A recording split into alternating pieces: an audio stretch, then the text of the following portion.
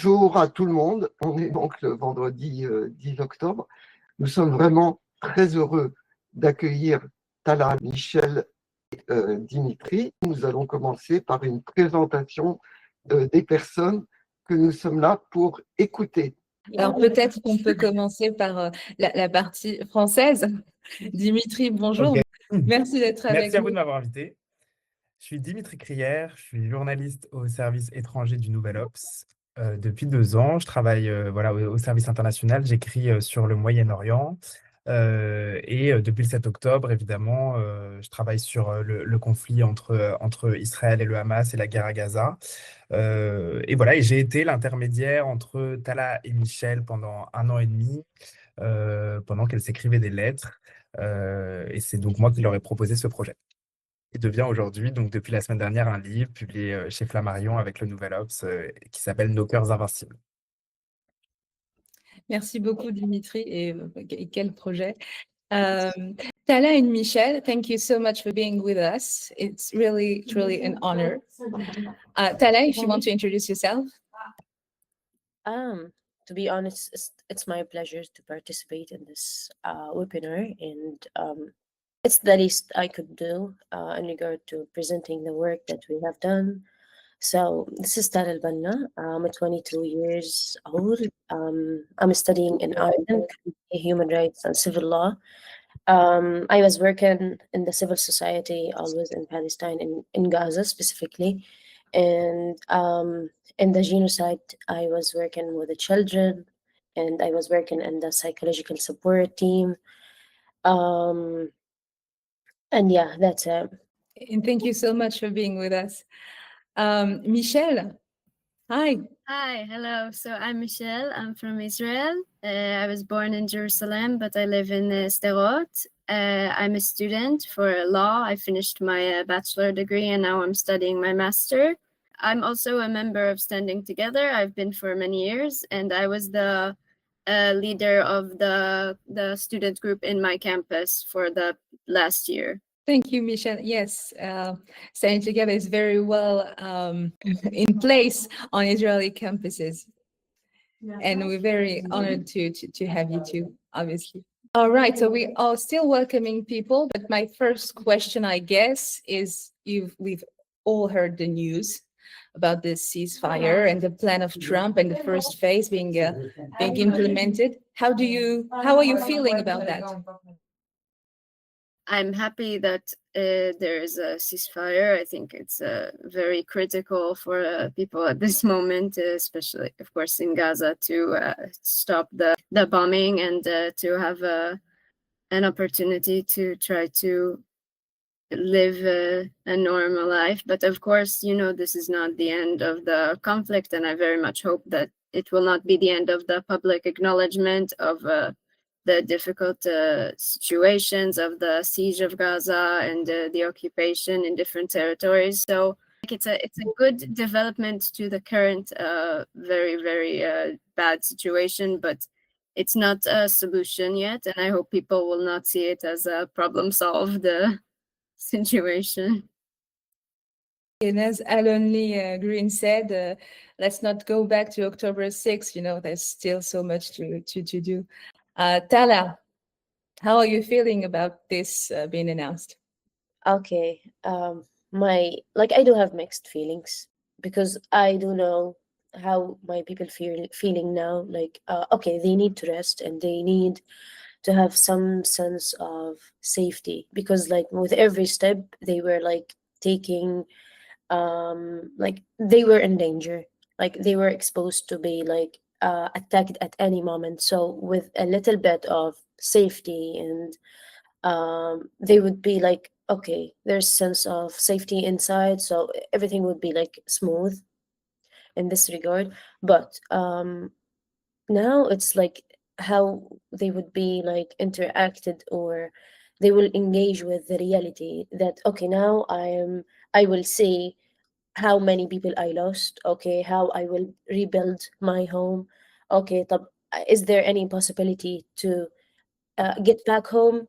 Many places would be occupied, and there is many questions that the Gazan will be encountered with, and someone like one of the posts that I was exposed to, like what the survival would do now, because we all know that after the war there is another war.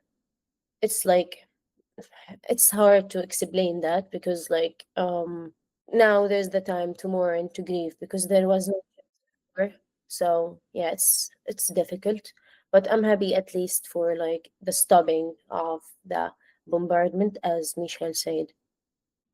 Thank you. Obviously, lots of things we can't understand here. Yeah. Dimitri, si tu as une réaction à donner à chaud à Oui, cette... bien sûr. Bah, je pense que c'est Tala et Michel qui sont directement concernés, mais moi, si je peux peut-être ajouter quelque chose en tant que voilà, journaliste qui suit le conflit depuis 2 ans maintenant, bah, c'est vrai que c'est un soulagement, tout d'abord, de voir que les bombardements vont s'arrêter à Gaza, que les otages vont pouvoir être libérés et retourner en Israël après 2 ans de captivité. C'est un soulagement, mais évidemment, on reste méfiant. On sait que voilà, Donald Trump avait déjà fait un premier plan de paix, un cessez-le-feu en janvier. La première phase avait été enclenchée, mais ensuite, au mois de mars, la deuxième phase n'avait jamais été mise en application par Israël, qui avait repris les bombardements, qui avait eux-mêmes mené à une situation de famine, hein, comme l'ONU l'a décrit. Donc, on reste très prudent, d'autant que le Hamas et Israël se sont mis d'accord sur cette première phase, mais beaucoup de points restent encore en question, en fait, notamment le désarmement du Hamas, le retrait total des troupes israéliennes que Benjamin Netanyahou n'a pas encore fait valider complètement par son cabinet, par son gouvernement. Et voilà, et aussi le gros point d'interrogation, c'est cette future gouvernance de Gaza avec un cabinet qui paraît quand même pour l'instant assez étrange.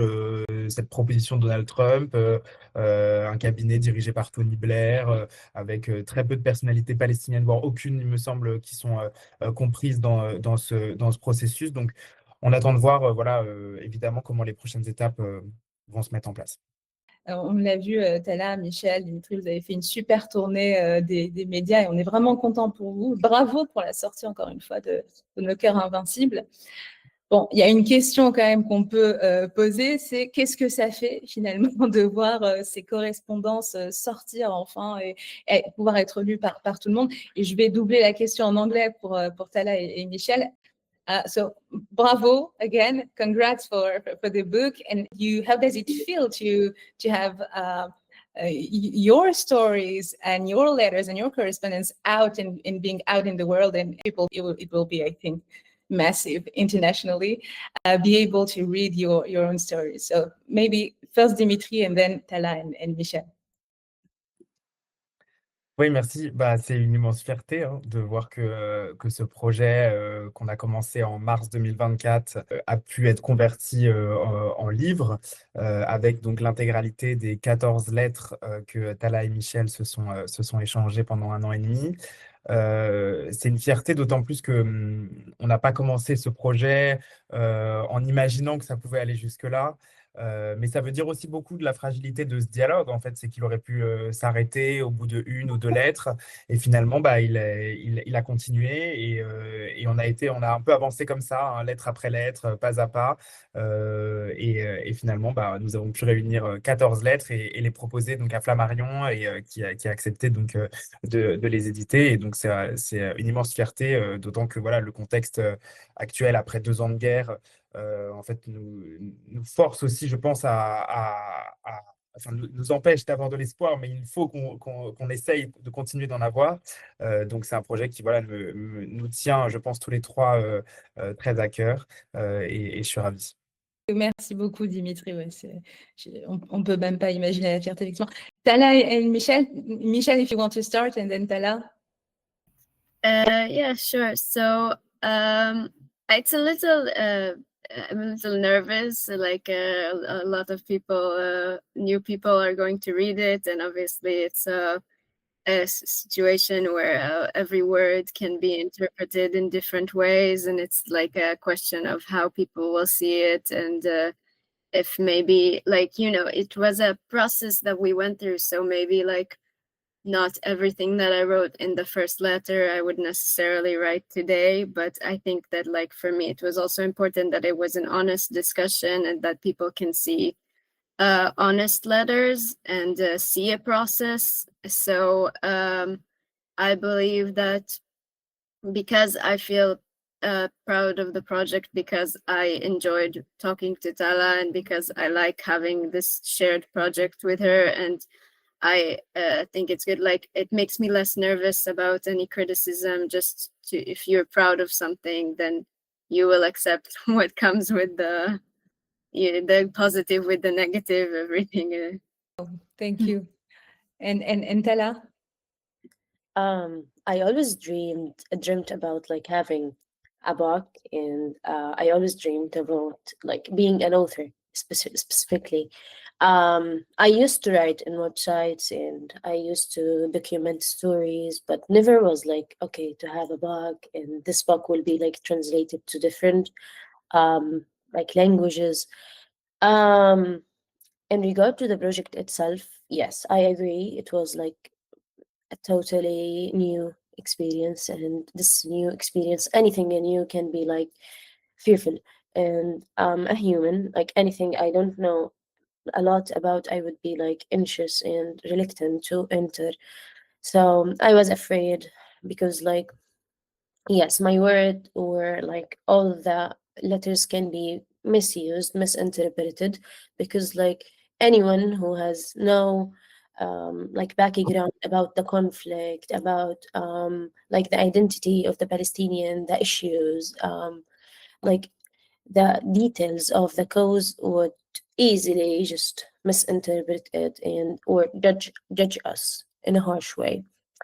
So yes, I was reluctant at first, but like the idea of having my stories that I always carried, the identity of me as a Palestinian, as a Gazan, my experiences, my opinions, the journey that I was experiencing was like more encouragement, like more as like a positive thing or more as like a motivation. So I was motivated when I just imagined all these stories are being documented, all these voices are being translated and heard. Um, so yes, now I can die peacefully. Like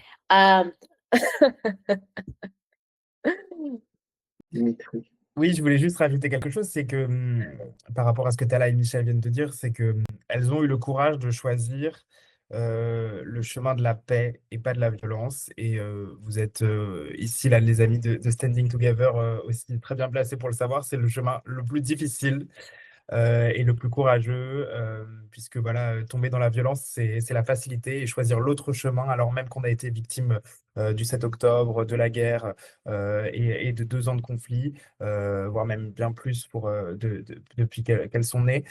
C'était très difficile, et donc c'est important aussi pour moi de le souligner, c'est que voilà, un discours comme ça fait du bien de l'entendre. Ce sont des voix qui sont honnêtes, pacifistes, courageuses. On sait qu'elles ne sont pas majoritaires dans les deux camps, mais elles ont le mérite d'exister, et on est très content enfin, je suis très content de leur avoir donné cette voix-là, d'autant plus que, à notre connaissance, c'est l'unique correspondance entre Gaza et Israël depuis le 7 octobre qui a été rendue publique.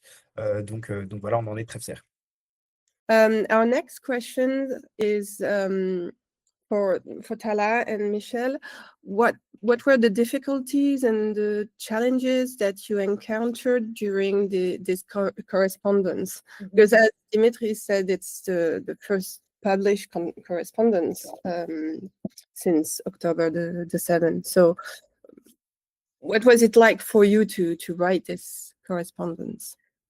For me, I said, like, as a Gazans person, I never been like in touch, or I never been exposed directly to Israeli people. And if I would, it would be like the soldiers themselves, when there's like coordination things with the other part, when there's like traveling, like it's all official things. We didn't know that people there, or how is the culture, how is like the life there at all. So it was like one of the challenges, because like I know nothing, so it's my like it's my opportunity to explore the other side.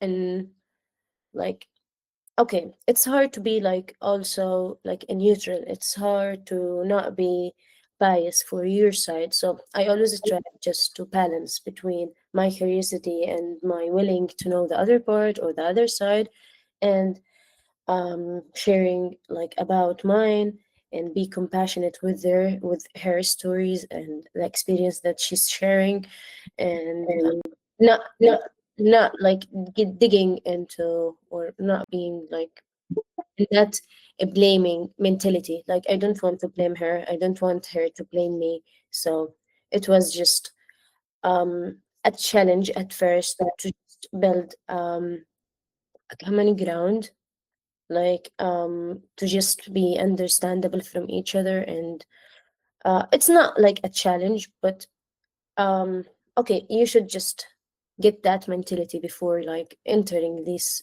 correspondence, like to decide that you will be compassionate, you will not try to just uh, blame the other side.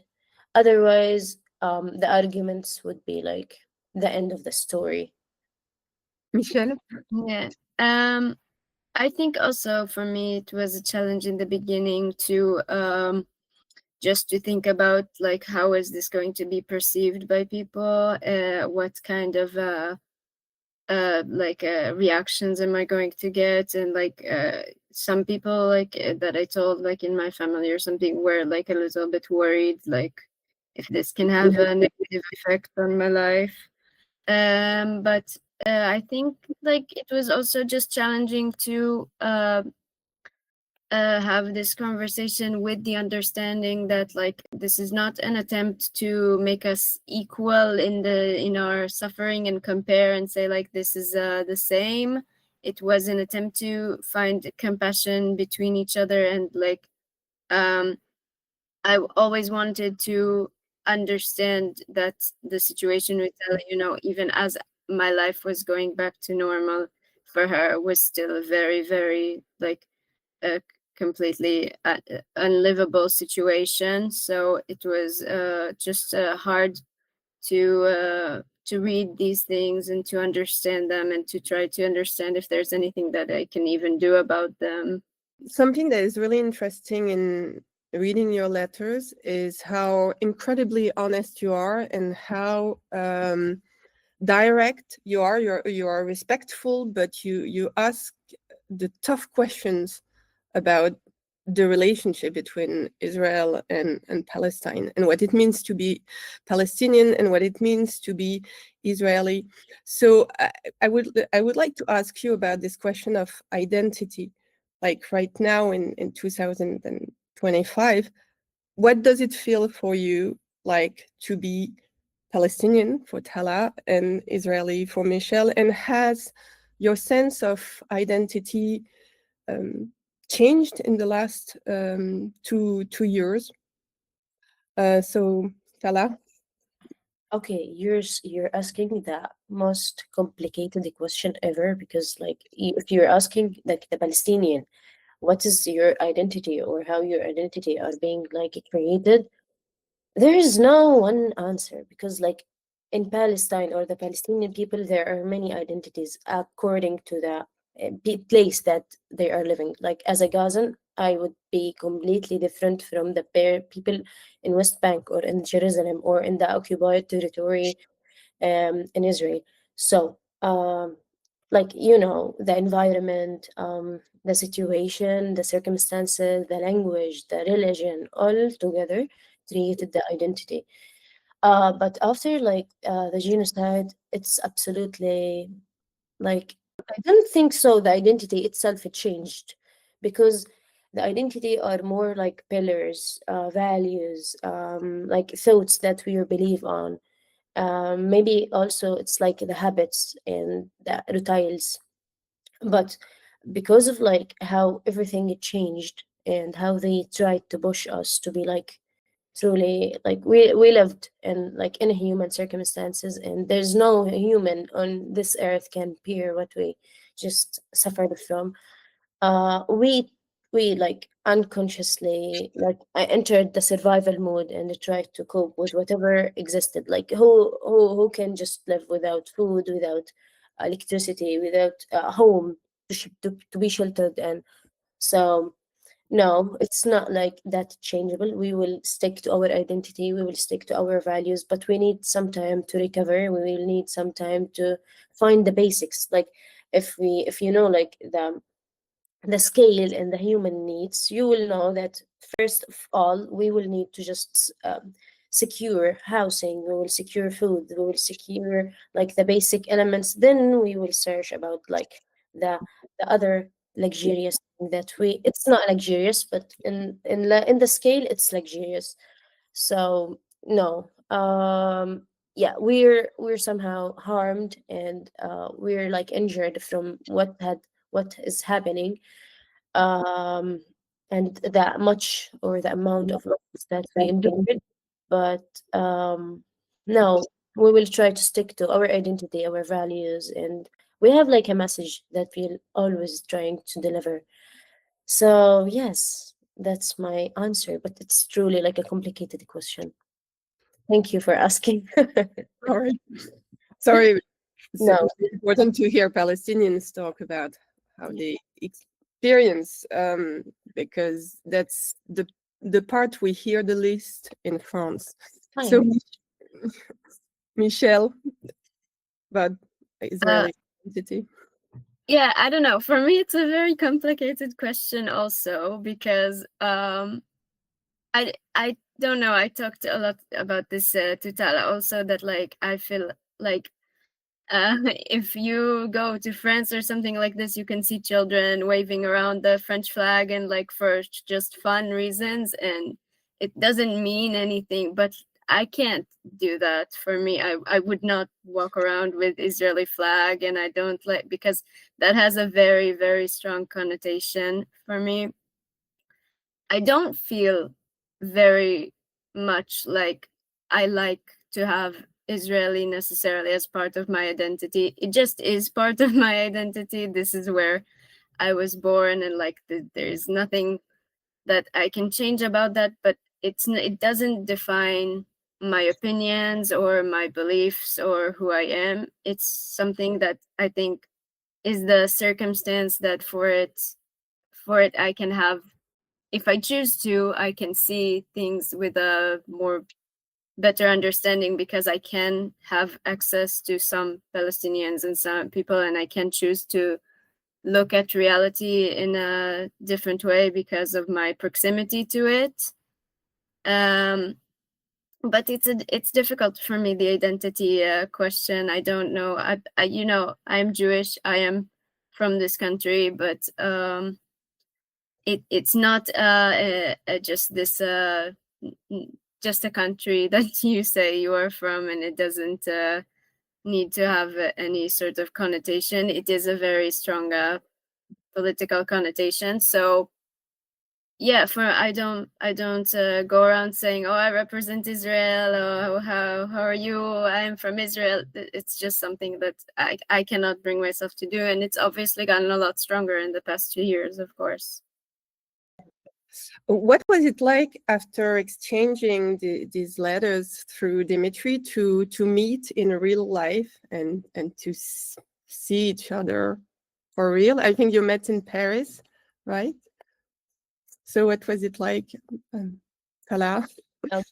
To be honest, it was truly one of the beautiful experiences that I got. Like, beside that, how I'm amazed with Paris and the idea that it's my first time visiting this place, and the language that I don't understand anything of, like by hearing it, but it's truly beautiful, and it's truly exquisite. So, in regard to Michelle, she's like truly understandable person. She's a humanitarian, and she like we communicate easily. I didn't expect that.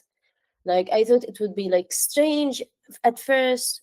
Okay, we were like exchanging letters for like a year and a half, but like meeting person, as she said one time, looking at our eyes, each other's eyes and hearing our voices and just directly talk about life topics won't be like easy, but in the ground it was like much easier than what we ourselves imagined, and we find many things in common that we didn't like explicitly mention in the letters. We went for many restaurants, we tried like Arabian foods, we went for like shisha bar, we went for like shopping, so it was like much easier in like a small like amount of days. And yeah, I think like we have many things in common, so sometimes like the humanitarian side is the one it's prevailed, and like there is something that unite us, whether like despite the barriers, despite the challenges. So yeah. I agree. I really enjoyed my time with Tala. I think that like even through the letters, like it was obvious to me that like, okay, we have some things in common. Okay, Tala is very intelligent. It's like a nice person to talk to, but like, yeah, you don't actually know through letters how it's going to be when you are standing face to face with each other. And it did feel very natural. It was a good experience. Like I really enjoyed Tala's personality. We had a lot to talk about, and just even like I've been to Paris before, but walking around with Tala honestly was a better experience for me. Like we got to talk to different people that I wouldn't necessarily approach myself. When we were sitting at the shisha bar, we talked to this really nice Syrian couple, and we talked about like a lot of different things. And like I don't know if I would have like had this opportunity otherwise, but just like it was a very, very nice experience for me. And yeah. Cette semaine qui était assez exceptionnelle. Moi, j'ai assisté à des moments quand même assez incroyables. Notamment, j'ai pu dîner avec Tala et Michel dans un restaurant libanais. Et le serveur était syrien. Et Tala a commencé donc à lui parler en arabe. Et le serveur était d'abord très surpris d'apprendre que Tala était originaire de Gaza, puis qu'elle venait il y a un mois à peine de sortir de Gaza. Et encore plus qu'elle était en train de dîner avec une Israélienne à Paris. Donc voilà, je pense que ce projet aussi a permis de réaliser des moments comme ça qui sont assez incroyables. Et puis même, voilà, également le jour du départ de Michel, accompagner Michel à l'aéroport avec Tala. Donc voilà, voir une Gazaoui faire la queue à l'aéroport pour un vol pour Tel Aviv, c'est quand même assez exceptionnel. Donc voilà, juste pour tous ces moments-là, je suis ravi vraiment qu'elles aient pu venir à Paris. Je suis ravi que Tala ait pu sortir de Gaza, évidemment, et soit en sécurité désormais, et qu'on ait pu faire cette rencontre tous les trois en vrai. Merci beaucoup, Dimitri. Justement, c'est une vraie chance, en fait, quelque part. D'abord, comment tu as eu cette idée, toi, et comment ça s'est mis en place, cette correspondance au départ? Bah, c'est vrai qu'en tant que journaliste depuis Paris, on a été très vite confronté au fait qu'Israël a fermé en fait la bande de Gaza et qu'on n'avait donc pas la possibilité de se rendre sur place et de documenter ce qui se passait. Donc, d'une certaine manière, j'ai envie de dire qu'Israël nous a forcés à être un peu créatifs sur nos idées journalistiques et à essayer de trouver donc d'autres chemins pour raconter la voix des Palestiniens, mais aussi des Israéliens. Donc moi, au début de la guerre, j'ai voulu un peu parler de la jeunesse, puisqu'elle est majoritaire dans la région. Ce que je raconte notamment dans la préface, c'est que 50% des Israéliens et 70% des Gazaouis ont moins de 30 ans. J'ai voulu leur faire une place. J'ai fait une série sur le site du Nouvel Obs de témoignages de Gazaouis et d'Israéliens qui s'appelait Une jeunesse dans la guerre. Et j'ai très vite constaté qu'en fait, presque aucun de ces témoignages ne parlait de l'autre ou me donnait l'impression de comprendre ce qui était en train de se passer de l'autre côté de la frontière. Et donc, je me suis en fait demandé si un projet où l'un et l'autre lisaient les mots de l'autre pouvait fonctionner. Et c'est ainsi que j'ai proposé à Tala et à Michel ce projet. Donc, Tala que j'ai que j'ai repéré sur un site anglophone, We Are Not Numbers. Donc voilà, j'ai demandé qui publiait des témoignages de Gazaouis. Je leur ai demandé l'adresse email de Tala, ils me l'ont envoyé, je l'ai contacté par ce biais. Et Michel par une connaissance de connaissances personnelles. Et donc je l'ai contacté, je lui ai proposé ce projet. Évidemment, cette correspondance, c'est un échange qui est inédit, comme on l'a déjà dit tout à l'heure, mais c'est aussi une rencontre humaine entre deux jeunes femmes qui se sont découvertes plusieurs points communs. Et finalement, au fur et à mesure des lettres, quand on les lit, même moi, quand je les ai relues, je me suis dit, en fait, c'est formidable. On a l'impression que c'est deux jeunes femmes qui ont grandi, en fait, sur la même terre, mais juste séparées par un mur, mais qui auraient pu être amies si elles avaient été, en fait, à la même école, à la même université, toute leur vie. Donc, c'est vraiment ça qui est important. Et c'est aussi, pour moi, un véritable document historique qu'on pourrait relire, en fait, même dans plusieurs années, dans 30, dans 50 ans, parce que leurs témoignages racontent vraiment l'intérieur d'un côté ou de l'autre de la guerre, à travers leurs yeux, leurs écrits. En fait, elles nous décrivent ce qu'elles observent, ce qu'elles entendent, avec des scènes très, très précises qui racontent vraiment la guerre. Je me souviens d'une scène que Michel raconte à l'université. Ils ont voulu diffuser le film Nouvel Obs, donc, qui a été oscarisé. Et il y a eu donc cette intervention par un groupe d'extrême droite qui a refusé que l'université diffuse ce film. Et puis Tala raconte aussi plusieurs scènes, dont une notamment où elle doit se rendre dans le nord alors qu'elle se trouve à Der el-Bala. Elle monte donc dans un tuk-tuk, dans un bus, et elle doit choisir entre s'asseoir à la droite du bus, où elle a vu donc sur tous les bâtiments en ruine, ou à gauche du bus, où elle a vu sur la plage remplie en fait de milliers de tentes de réfugiés. Donc voilà, ce sont des scènes très fortes qu'elle raconte dans ses lettres, et c'est vraiment un document historique pour moi qu'on pourrait lire vraiment même dans plusieurs années, qui documente vraiment cette guerre. What Dimitri talked about, the No Other Land screening, I just wanted to say that that was done in collaboration with Standing Together as part of my job there. Michel, you spoke about Standing Together just now. The civil society, mobilizing in Israel, and especially on campuses. So what has been your role in that, and what did you think was this, in your opinion, enough? What did you think about that? Yeah, so for my college specifically, because we are in Sderot and it's a very, very right-wing leaning city, my personal experience with it was very, a very small amount of people in my campus that were taking part in the activities, and most of them were students that were Palestinian citizens of Israel. So mostly because there are Bedouin towns around us. So that was the majority of people that I collaborated with during my time in Standing Together.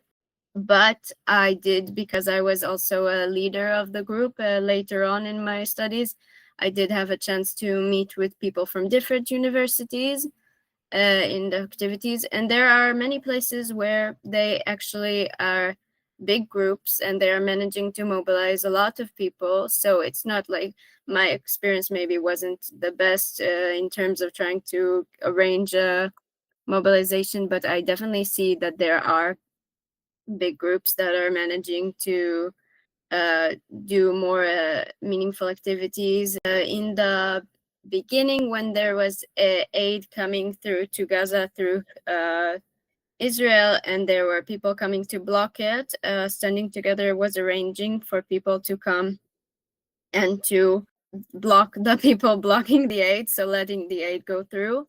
And it was honestly the only organization that was doing something active. Some people are protesting, but it was actually going to do something to make some sort of change, even if small. And that was really meaningful for me to take part in. I was very grateful that people were doing that, because we only have power in numbers. The people that are coming to block are usually coming armed, and they are very prone to violence. So only if you come in numbers, you have any chance of doing something. So I've met people from different campuses. I know that they had many protests. In the beginning, maybe even for them, it was a little bit difficult to mobilize people around the topic of Gaza because it was so controversial. But I know that some students were able to arrange protests on campus where they show images from Gaza and things like this. And yeah, in some campuses, I think they had worse reactions. Some people got in trouble with the administration, but some places it was actually very successful. It was just a couple of days ago, they were trying to do a sale for donating to Gaza, but it was shut down by the police because they don't allow people to give money to Gaza, because they say it can be used for terror or whatever. So They ended up donating the money to a village in the West Bank, but it was still a positive attempt. So yeah, I look forward to taking part in more activities with this organization. And I'm hopeful that it will only grow and that we will see even more people, especially young people for me, and taking part. Yeah. A lot of students have mobilized throughout the world. And I wanted to ask you, Tala, how you felt about this, if you had heard about it. And if you could meet students, I mean, you probably meet students now where you are, but from all around the world, what message would you tell them? Okay, personally, yes, I started to meet a student who's truly creating societies just to solidarity, to show the solidarity to the Palestinian. I once participated in these mobilities, and when I just got the courage to express my feelings, I told them how I'm thankful and how I'm happy. There's people who's like dedicating their time to just stand for stand for the peace, stand for like ending the occupation, ending the genocide. And I told them just to keep that energy and to keep that like mentality of, okay, now you can notice the violation, and once you're able to notice and detect the problems in the world, you can just defend and try to advocate for these rights. So I'd love to just tell that person who's standing to like more just world to keep doing that and never normalize the violation that is happening, and to stop being racist, to stop seeing that the superiority to some people are that good thing. No, we're all human. We're all equals. Wars, occupation, violation should stop everywhere, not only in Gaza, but maybe Gaza experience uh give us messages, give us like more like hints, and yeah, as I said, it's like messages to all gather and start considering solutions to end every violation that is happening on the ground. I want to ask you a question, both. And it's a question who comes from one of the participants, Leah. What is the reaction of your family and friends and environment to this book and to this exchange between the Palestinian and Israeli? If there are reactions. For me, it was disappointed, to be honest. I didn't felt like that supportive environment at all. The people in my life are like truly like they are not convinced at all with what I'm doing, because with every scene, with every testimony that we're seeing from Gaza, we can see like how many people who are like harmed from inside. So there's many questions that said, how peaceful like conversation would like give solution to the people, how these conversation would compensate for like the mother, for the orphan, for the Gazans people now after 2 years of genocidal war. So people have like logical, emotional reasons of why they reject and like refrain normalizing the relationship with the other side, because um, yeah, the government like did whatever like they could to just humiliate the Palestinian and the Gazans people.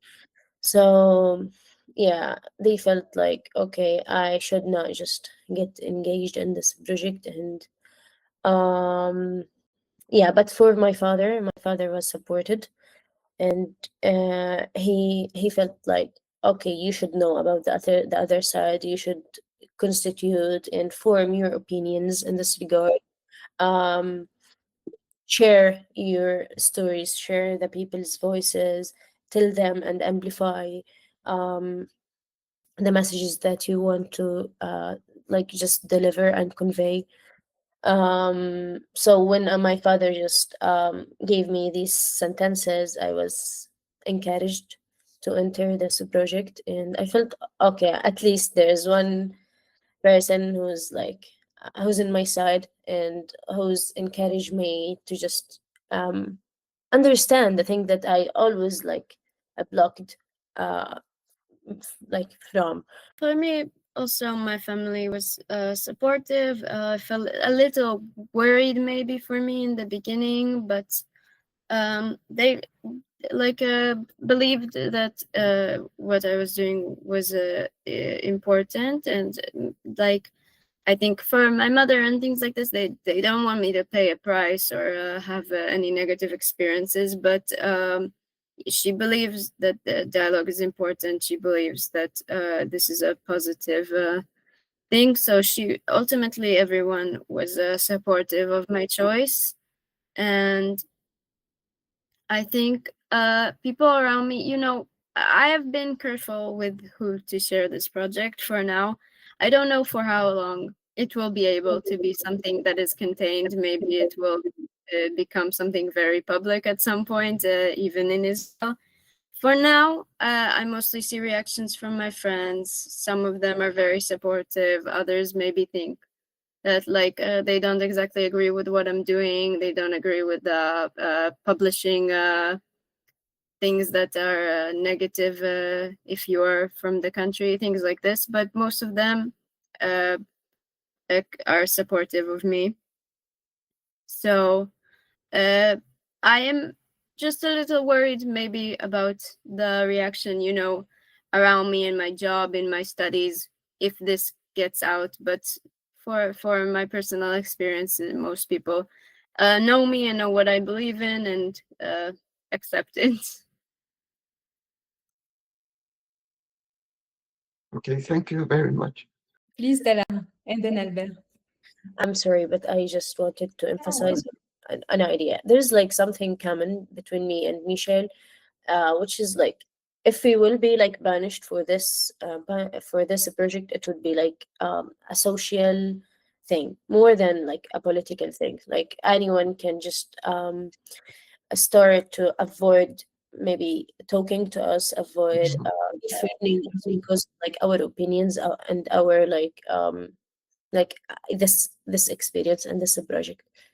So yeah, this is the only fear that we like embodied inside, and especially for the people who just judge upon the idea itself without reading the letters. You know, if they just dedicate some time and read the book, they will discover that both of us like rejecting the suffer that the people like endure, or we both have like common value. We both have like the humanity, which is important for everyone, not just for both of us.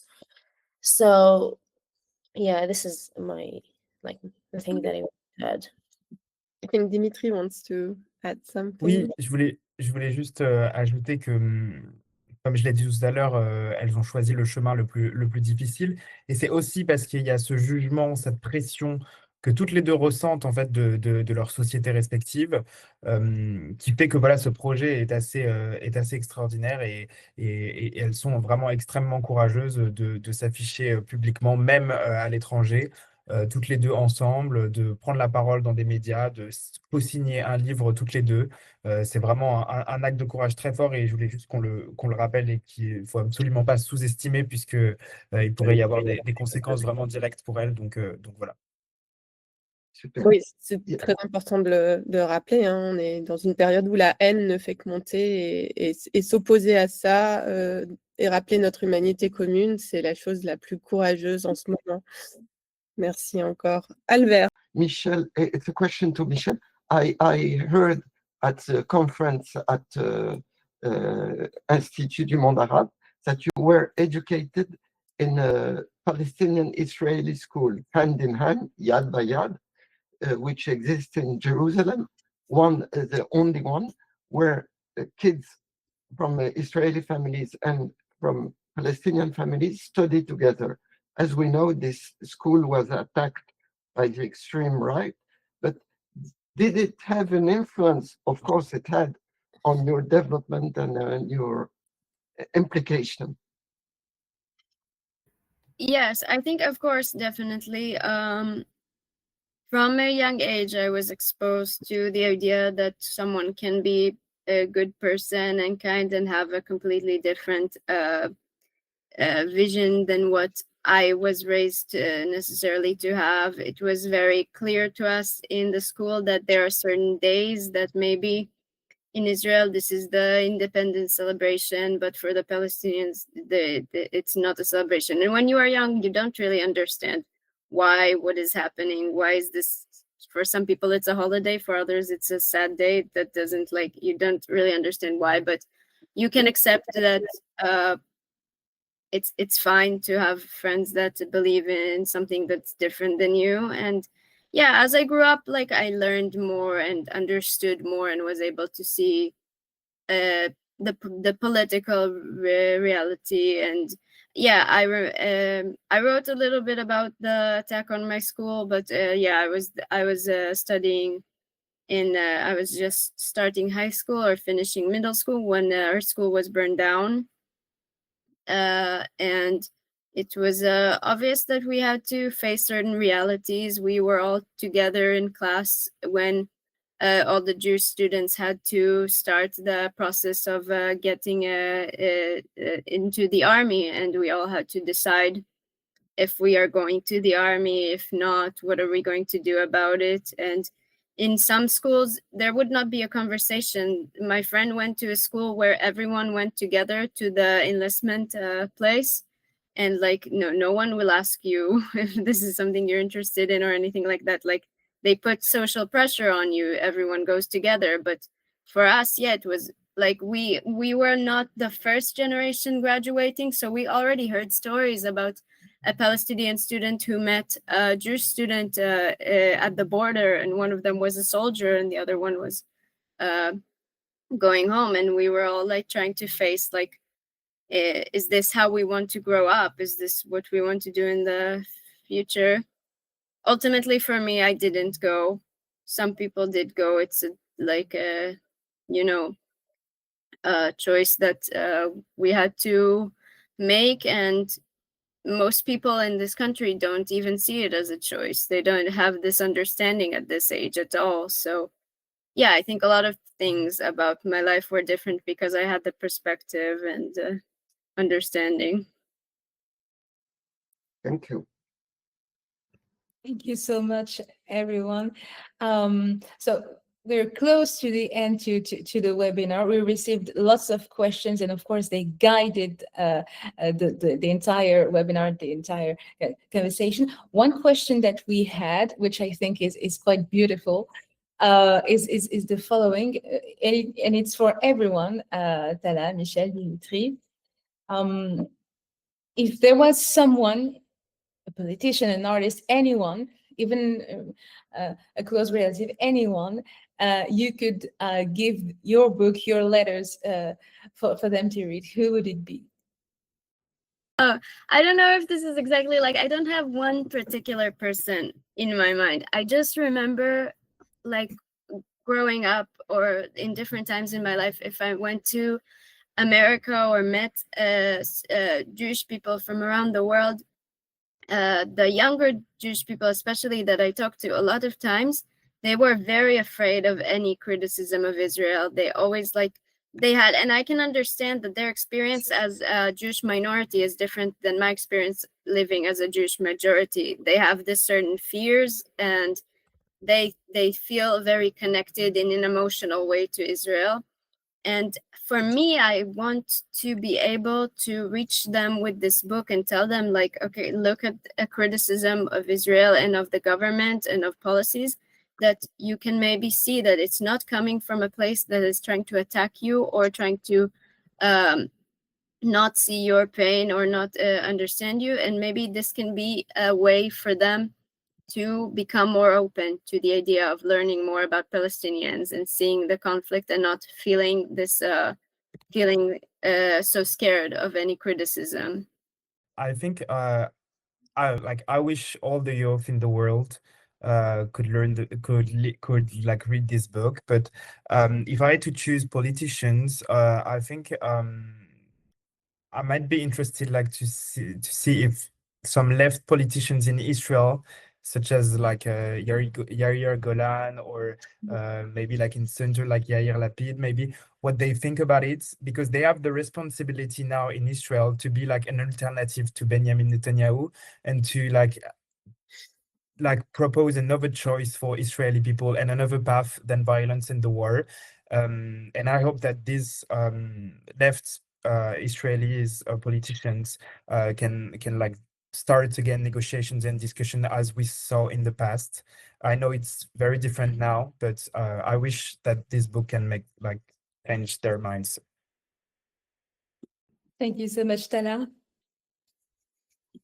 Actually, I'm not obsessed with any politician or any artist, but when you ask this question, like there's one person who came to my mind. To be honest, he's a friend of mine. He's an artist. He was a good writer. He was like always trying to design like images and like the graphic design things.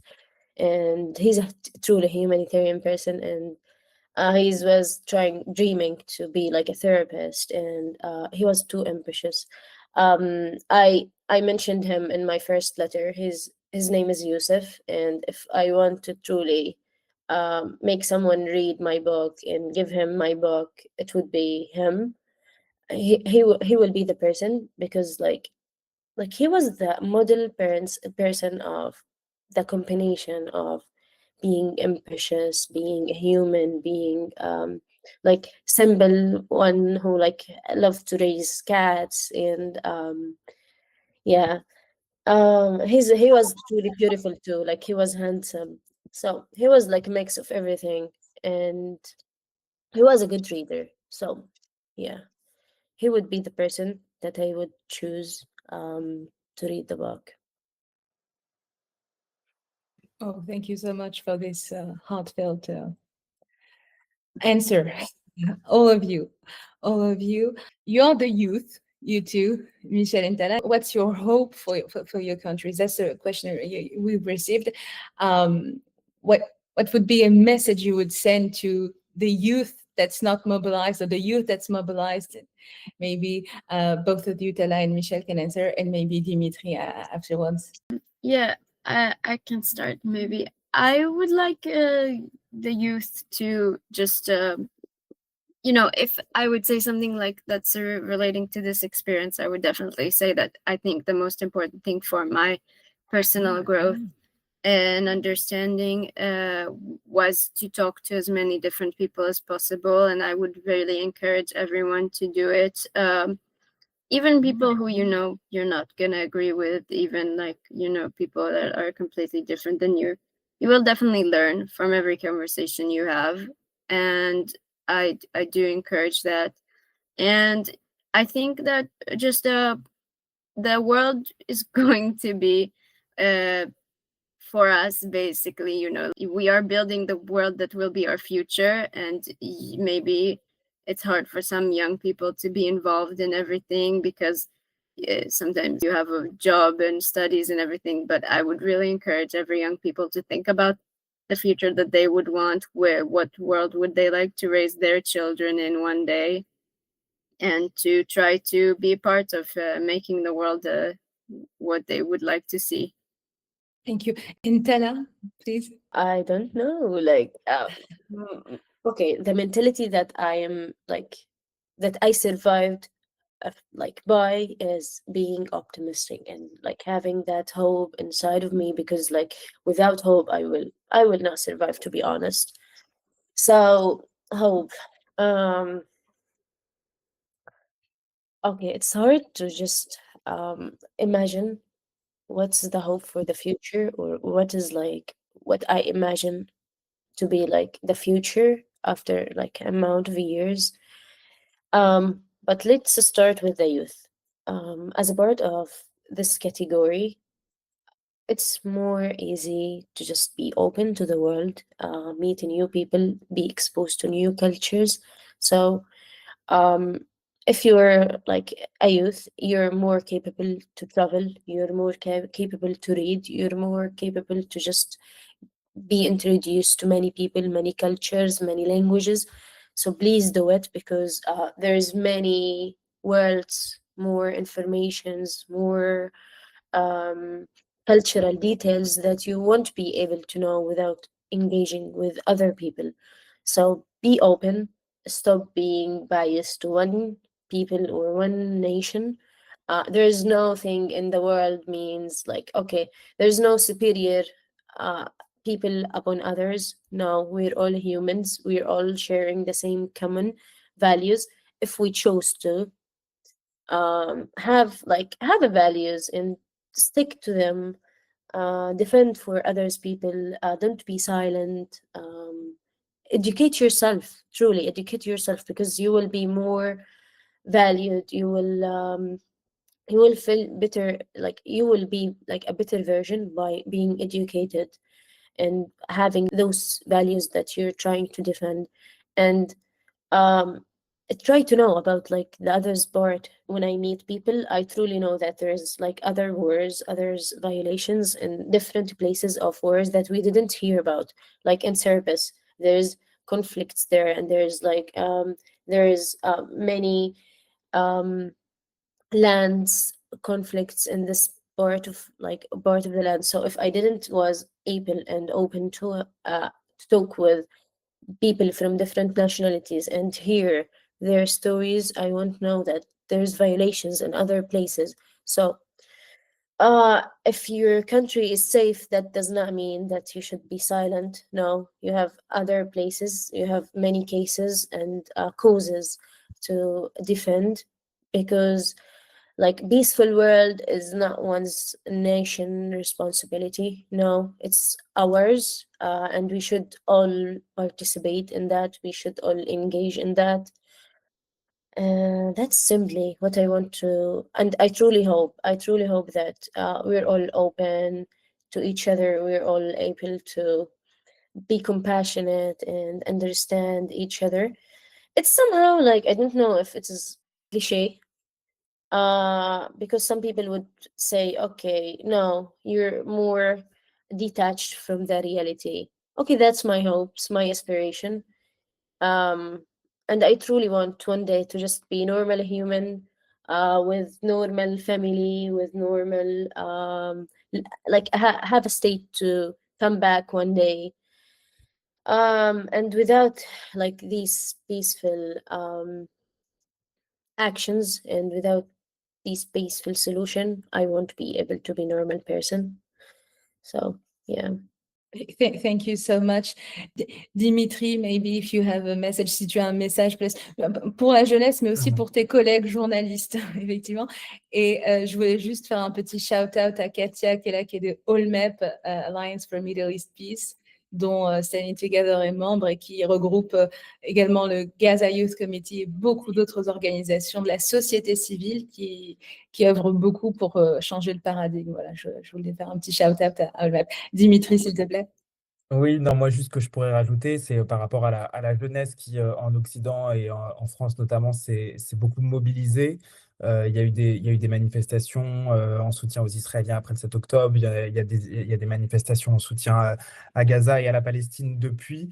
On a vu dans les deux cas qu'il y a eu des débordements parfois, et il faut les dénoncer à chaque fois.